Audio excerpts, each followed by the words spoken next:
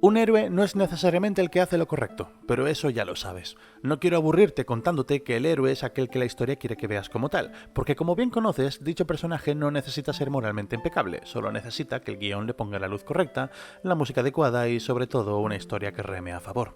Cuando la narrativa decide quién es el protagonista, decide quién es el bueno, no lo hace con actos éticos, sino mediante una versión filtrada de la verdad.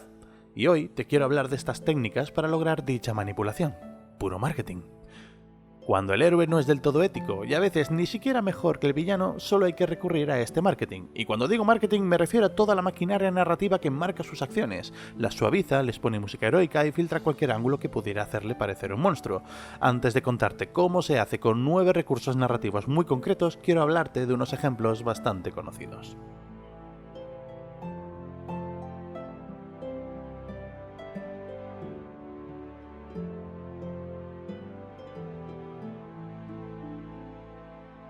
Mira a Joel en The Last of Us, un hombre que miente, asesina y condena a la humanidad para salvar a una persona. Esto no es altruismo, es egoísmo puro, solo que elevado al rango de sacrificio épico por una cuestión de encuadre. La cámara está con él, la música te acompaña en cada paso y la narrativa te da todo lo necesario para justificarlo. Ellie es joven, vulnerable y se ha convertido en una figura filial. Pero piensa en todo lo que no ves, las familias que perderán a sus seres queridos porque no habrá cura, las ciudades que seguirán cayendo bajo la infección, los niños que nacerán en un mundo sin esperanza. Ves el momento en el que Joel abraza a Ellie y tu cerebro rellena el resto con "esto es amor". Pero si contáramos la historia desde la perspectiva de los Fireflies, Joel sería un asesino de masas, sería el monstruo que mató a médicos desarmados y destruyó la única oportunidad de salvar millones de vidas por una persona. Eso en mi libro es un villano. Luego tenemos a Geralt de Rivia, amado por su sarcasmo, por su humanidad escondida y por esa neutralidad que parece moralmente elevada. Pero la verdad es que Geralt es un mercenario, cobra por matar. La cámara está siempre detrás de su hombro, capturando sus frases ingeniosas y sus dilemas éticos. La sangre en sus manos es necesaria porque la historia nos lo dice, pero la neutralidad de Geralt no es verdadera neutralidad. Es simplemente una marca personal que su historia empaqueta para que nos resulte simpático. Pero recuerda, es un mercenario, mata por encargo, incluso interviene en conflictos políticos cuando le conviene, rompe su propia neutralidad si el pago es lo bastante alto o si el asunto tiene que ver con alguien que le importa. Vamos, un villano. Y aún así lo vemos como protector de inocentes. ¿Por qué? Porque la narrativa se preocupa de enseñarte sus momentos de vulnerabilidad, sus dilemas morales y sus relaciones con personajes que amas. Cuando Geralt mata, lo hace con una banda sonora melancólica de fondo, y cuando elige, lo hace frente a opciones escritas para que parezca que siempre está salvando lo que puede. Pero la verdad es que Geralt y muchos de sus enemigos juegan en el mismo tablero. Ezio Auditore es otro caso claro. Su cruzada empieza como una venganza personal, motivada por la rabia y el dolor. Sus primeros asesinatos no son actos heroicos, sino ajustes de cuentas fríos y calculados. Lucha porque quiere ver muertos a los que le hicieron daño. Pero poco a poco el relato lo envuelve en símbolos, discursos y una misión que trasciende lo personal. Se construye un enemigo lo bastante malvado para que su violencia parezca necesaria. Su lema, "nada es verdad, todo está permitido", se transforma en un grito de libertad. El asesino se convierte en leyenda, no porque cambie su método, no lo hace, sino porque el guión cambia el contexto. A base de repetición, su venganza se reescribe como una lucha por la libertad. Ya no es un huérfano vengativo, sino el paladín de la hermandad, un luchador contra la tiranía templaria. El marketing narrativo es tan potente que la motivación original se diluye. El jugador ya no ve un asesino con rencor personal, aunque sigue teniéndolo, ve un símbolo de resistencia. Y aquí es donde la comparación con los villanos se vuelve incómoda. Killmonger, en Black Panther, quiere acabar con siglos de opresión y devolver el poder a los pueblos oprimidos. Magneto, en X-Men, busca garantizar la supervivencia de su especie frente a un mundo que quiere exterminarlos. Ozymandias, en Watchmen, el cómic, ignoremos el despropósito de película, comete un acto masivo de destrucción para evitar una guerra nuclear global y salvar a la humanidad. La diferencia no siempre está en lo que quieren o en cómo logran sus objetivos, sino en cómo la historia te los enseña. Ellos no tienen un viaje en primera persona que los humanice, no ves sus gestos de compasión, sus dudas nocturnas, sus pérdidas íntimas, solo ves el momento exacto en el que cruzan la línea roja, y entonces tu veredicto ya está sellado.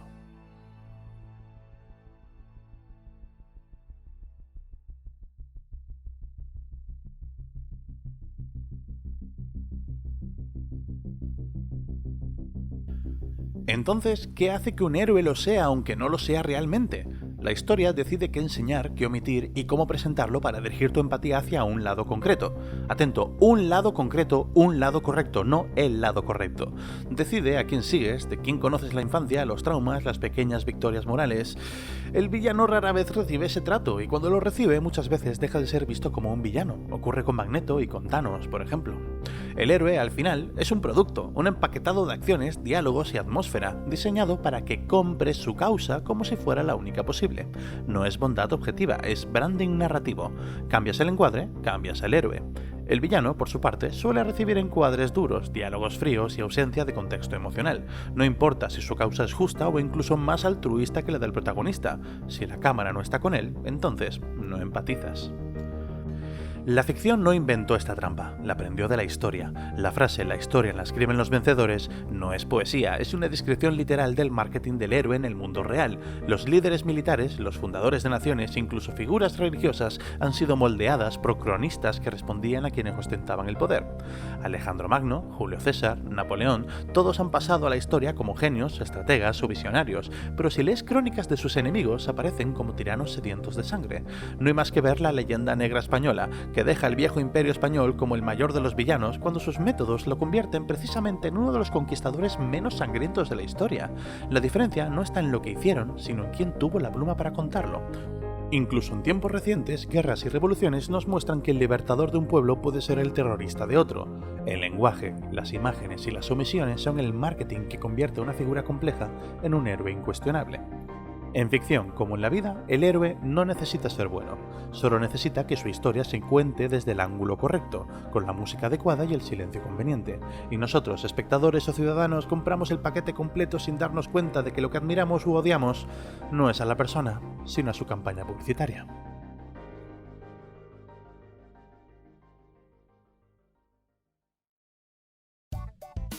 Entonces, por fin en el meollo, ¿cómo se hace marketing a un héroe? Aquí van 9 recursos narrativos muy comunes que bien conoces, aunque no les hayas puesto nombre. El narrador poco fiable es aquel cuya percepción o interpretación de los hechos está sesgada, sea por ignorancia, interés, engaño. Esto genera que el público reciba una versión parcial o manipulada de la historia, inclinándose a ver las cosas no como son, sino como son percibidas. El efecto es sutil, el público no sabe que está siendo manipulado, lo que aumenta su eficacia. El mismo salón élfico te lo puedo describir como una instancia amplia y luminosa repleta de las maravillas de su artesanía, o como la jaula de cristal en la que se encierra su decadente y altiva nobleza. No es lo mismo, ¿verdad? Como ejemplo te pongo El Gran Gatsby. Nick Carraway idealiza a Gatsby, minimizando sus fallas y exagerando su carisma, construyendo así un héroe trágico y fascinante, pero no lo hace a conciencia, sino por pura inocencia. Su visión sesgada de Gatsby es la que nos llega a nosotros, viéndolo como él lo ve y no como es. La focalización interna es un recurso que sitúa al público dentro de la mente del héroe, compartiendo sus pensamientos, emociones y conflictos internos. Al comprender sus motivaciones personales, el espectador tiende a justificar o perdonar sus errores, pues ve el mundo desde su perspectiva. Esto crea una conexión emocional directa y potente que a menudo no tenemos con su contraparte. Por ejemplo, Breaking Bad se cuenta mayormente desde el punto de vista de Walter White, lo que hace que sus decisiones extremas se entiendan como actos de supervivencia o sacrificio aunque haga cosas horribles, cosa que no ocurre con Gus Fring. La justificación moral consiste en presentar diálogos o monólogos donde el héroe explica o racionaliza sus actos, por muy oscuros que sean, como necesarios para un bien mayor o una causa justa. Este discurso, interno o externo, legitima sus decisiones y blinda su imagen ante el público, que ve una ética subjetiva que hace correcto lo que en términos absolutos no lo sería. Tony Stark justifica su armamento avanzado como una forma de proteger al mundo, desviando la atención del daño colateral y la responsabilidad directa. El mismo hecho que está desarrollando, acaparando una tecnología con la capacidad de doblegar al mundo, a mí me parece bastante de villano, pero podemos entender por qué lo hace porque nos lo explica. La elipsis narrativa son saltos en el tiempo de una escena que pasa directamente a otra, ignorando lo que ocurre en el medio. Elipsis. Esto omite o minimiza los eventos que mostrarían el impacto negativo o las consecuencias nocivas de las acciones del héroe. Así, el público no se enfrenta a las realidades incómodas o los diseños colaterales, y la imagen del héroe permanece intacta sin desgaste moral. La historia avanza sin las manchas visibles. En El Caballero Oscuro, Batman es casi siempre mostrado enfrentando al mal, pero rara vez se exhiben los daños civiles o el caos que su presencia genera, como sí ocurre con sus antagonistas. Su Batmóvil pasa a toda velocidad, pero la cámara no se detiene en los escombros. Pasamos a otra cosa. Antagonista caricaturizado. Al simplificar y exagerar los rasgos negativos del villano, se crea un contraste fácil entre el bien y el mal. El villano es presentado casi sin matices, como la encarnación pura del mal, lo que automáticamente exalta al héroe como su opuesto. Esta simplificación es efectiva para generar apoyo inmediato al protagonista. Por ejemplo, Darth Vader en la trilogía original representa la maldad absoluta, lo que eleva la imagen heroica de Luke Skywalker, símbolo de esperanza. El arco de redención muestra una transformación moral progresiva en el héroe, que pasa de cometer errores o actos cuestionables a buscar la expiación o hacer el bien. La redención limpia su imagen ante el público y genera simpatía adicional, porque implica crecimiento, aprendizaje y humanidad. Es incluso mejor que ser bueno de inicio. Por ejemplo, Jaime Lannister, inicialmente un antagonista, evoluciona hacia un personaje complejo que busca redimirse y ser visto bajo otra luz. Sus pecados no han desaparecido, ni siquiera deja de cometerlos, pero la mera intención de redención hace que cambie el foco y tendamos a perdonarlo. Simbolismo positivo. Asociar al héroe con símbolos visuales, colores o metáforas que culturalmente transmiten pureza, esperanza o justicia genera una predisposición favorable en el público. Puede parecer tonto, pero créeme, esto es muy poderoso. Estos símbolos funcionan como señales que guían la interpretación emocional hacia la admiración o la identificación positiva. Por ejemplo, Superman utiliza el rojo, el azul y el símbolo S, que representan fortaleza, esperanza y justicia según la propia historia y el folclore comiquero americano, reforzando su rol icónico. Un leitmotiv es un tema musical recurrente asociado a un tema o un personaje. Para el héroe, estos temas suelen ser melodías heroicas, en tonalidades mayores y con ritmos inspiradores, que evocan valentía y nobleza. Esto condiciona emocionalmente al público, marcando instantes claves y elevando al personaje. Volviendo a Star Wars, la banda sonora usa un tema específico para Luke Skywalker que realza su viaje heroico, contraponiéndose al tema oscuro de Darth Vader. Bam, bam, bam, bam, bam, bam, bam, bam. Si es que suena a malo. Mi favorito por su sutilidad y simpleza es la estructura clásica del héroe. La trama sigue el arco tradicional del viaje del héroe, ya sabes, llamada a la aventura, pruebas, caída, redención. Esta fórmula es tan poderosa y la hemos observado tantas veces que predispone al público a otorgar el título de héroe a quien empieza a seguir este patrón, aunque sus actos sean cuestionables.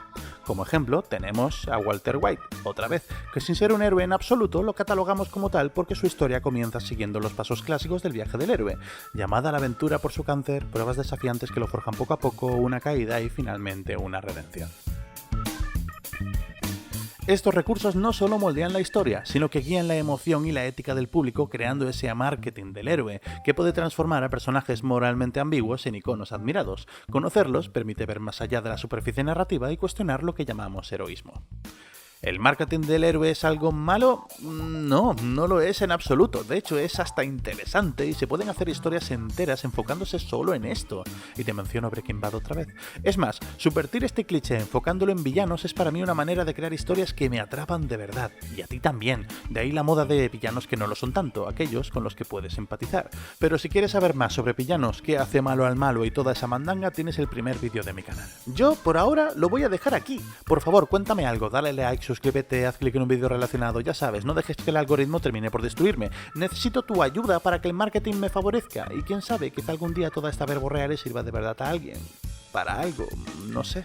Hasta pronto, espero.